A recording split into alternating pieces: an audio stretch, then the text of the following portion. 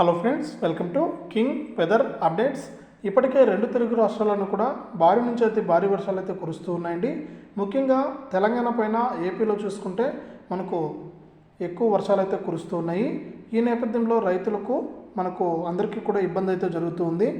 ఇక మరొకసారి ఈరోజు సాయంత్రం అల్పపీడనం ఏర్పడిందని మనకు ఏపీలో చూసుకుంటే ఈ జిల్లాల్లో మనకు భారీ వర్షాలు, మన తెలంగాణలో చూసుకుంటే ఈ జిల్లాల్లో భారీ వర్షాలు కురుస్తాయని వాతావరణ శాఖ అయితే అప్డేట్ అయితే తీసుకొచ్చింది. ఇక ఏ జిల్లాల్లో వర్షాలు కురుస్తాయి, ఎన్ని రోజుల పాటు కురుస్తాయి, ఈ అల్పపీడనం ఎన్ని రోజులు ఉంటుందనే వివరాలన్నీ కూడా మనం వీడియోలోకి అయితే వెళ్ళి తెలుసుకుందాం. ముందుగా వీడియో చూస్తున్న ప్రతి ఒక్కరు కూడా లైక్ చేసేయండి, తెలిసిన బంధువులకు స్నేహితులకు వీడియోను షేర్ చేయండి.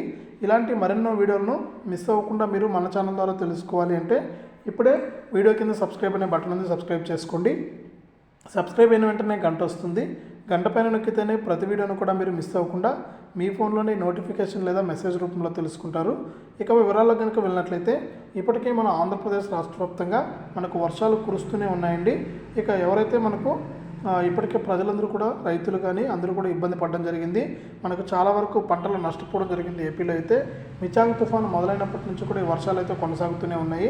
ఇప్పుడు తాజాగా మనకు ఏపీలో ఈ జిల్లాల్లో మరి కాసేపట్లో మనకు ప్రకాశం, నెల్లూరు, నంద్యాల, అనంతపురం, శ్రీ సత్యసాయి, వైఎస్ఆర్, అన్నమయ్య, చిత్తూరు, తిరుపతి జిల్లాల్లో అయితే మనకు తేలికపాటి నుంచి మోస్తరు వర్షాలు కురుస్తాయని ప్రజలందరూ కూడా అప్రమత్తంగా ఉండాలని వాతావరణ శాఖ అయితే ఏపీ విపత్తుల నిర్వహణ సంస్థ అయితే సూచిస్తుంది. ఇక తెలంగాణ విషయానికి వస్తే తెలంగాణలో కూడా మనకు వర్షాలు అయితే కురుస్తూ ఉన్నాయండి. తెలంగాణ రాష్ట్ర వ్యాప్తంగా కూడా కొన్ని ప్రాంతాల్లో మనకు వర్షాలు అయితే కురుస్తూ ఉన్నాయి. ఇక అల్పపీడనం ఏర్పడింది. అల్పపీడన ప్రభావంతో తెలంగాణలో కూడా మనకు అక్కడక్కడ కూడా భారీ వర్షాలు, మరికొన్ని జిల్లాల్లో తేలికపాటి వర్షాలు కురుస్తాయని వాతావరణ శాఖ అయితే అప్డేట్ అయితే తీసుకొచ్చింది.